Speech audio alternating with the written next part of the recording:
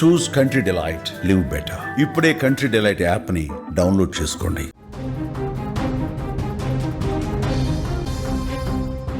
గత కొన్ని రోజులుగా ఏపీలో కురుస్తున్న భారీ వర్షాలకు వాగులు చెరువులు పొంగి పొర్లుతున్నాయి. వాగులపై వంతెన లేకపోవడం వల్ల కొన్ని చోట్ల ప్రజలు రాకపోకలకు ఇబ్బందులు ఎదుర్కొంటున్నారు. ప్రమాదమని తెలిసినా కొంతమంది ధైర్యం చేసి వాగులు దాటే ప్రయత్నం చేస్తూ అనుకోకుండా కొట్టుకుపోతున్నారు. ప్రకాశం జిల్లా చీమకుర్తి మండలంలో ఇలాంటి ఘటనే చోటు చేసుకుంది. చీమకుర్తి మండలంలోని ఎర్రగుడిపాడు నుండి తొర్రగుడిపాడుకు వెళ్లే రోడ్డుని వాగు దాటే సమయంలో ముగ్గురు యువకులు నీటిలో కొట్టుకుపోయారు.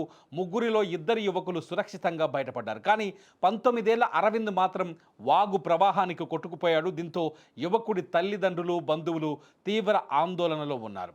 చీమకుర్తి మండలంలోని ఎర్రగుడిపాడు నుండి తొర్రగుడిపాడు వెళ్లే రోడ్డులోని వాగు పొంగి పొర్లుతుంది. బైళ్ల చందు, ఆర్ స్టాలిన్, అరవింద్ ముగ్గురు స్నేహితులు మైనంపాడులోని టీటీసీ ట్రైనింగ్ సెంటర్లో చదువుకుంటున్నారు. పల్లామల్లి దగ్గర స్విమ్మింగ్ పూల్కు వెళ్ళి ఎంజాయ్ చేయాలని అనుకున్నారు. తొర్రగుడిపాడు వెళ్లే రోడ్డులోని వాగు దాటే ప్రయత్నం చేశారు. అప్పటికే వాగులోకి భారీగా నీరు చేరటంతో ముగ్గురు యువకులు నీటిలో కొట్టుకుపోయారు. వారిలో ఇద్దరు యువకులు సురక్షితంగా బయటపడ్డారు. కానీ మరో విద్యార్థి 19 ఏళ్ల అరవింద్ మాత్రం గల్లంతయ్యాడు. సమాచారం అందుకున్న వెంటనే పోలీసులు, రెవెన్యూ అధికారులు, ఫైర్ సిబ్బంది సంఘటనా స్థలానికి చేరుకొని గాలింపు చర్యలు ప్రారంభించారు. Joint collector Gopalakrishna, Ongole DSP Srinivasarao, RDO Lakshmi Prasanna స్వయంగా ఘటనా స్థలికి చేరుకొని సిబ్బందితో కలిపి ఆ గాలింపు చర్యలను పర్యవేక్షించారు. నీటి ప్రవాహం తీవ్రంగా ఉండటం వల్ల గజ ఈతగాళ్లకు తీవ్ర ఇబ్బందులు ఏర్పడ్డాయి. రాత్రి కావడంతో ఉదయం తిరిగి వాగులో వెతకడం మొదలుపెట్టారు. ఈ క్రమంలోనే రెస్క్యూ టీమ్ అరవింద్ మృతదేహాన్ని వాగు నుంచి వెలికి తీసింది. దీంతో అరవింద్ తల్లిదండ్రులు, బంధువులు కన్నీరు మున్నీరుగా విలపిస్తున్నారు. ముదివాగు దగ్గర యాక్చువల్గా అక్కడ మా స్టాఫ్ను కూడా మేము డిప్లాయ్ చేసాము. అయితే ఇద్దరు కూడా ఎవరినైతే డిప్లాయ్ చేస్తామో వాళ్ళిద్దరూ లంచ్కి వెళ్ళడం అనేది జరిగింది. అది కరెక్ట్ కాదు. ఎందుచేతంటే అక్కడ ఆ ప్లేస్లో కంపల్సరీగా పర్సన్ ఉండాలి.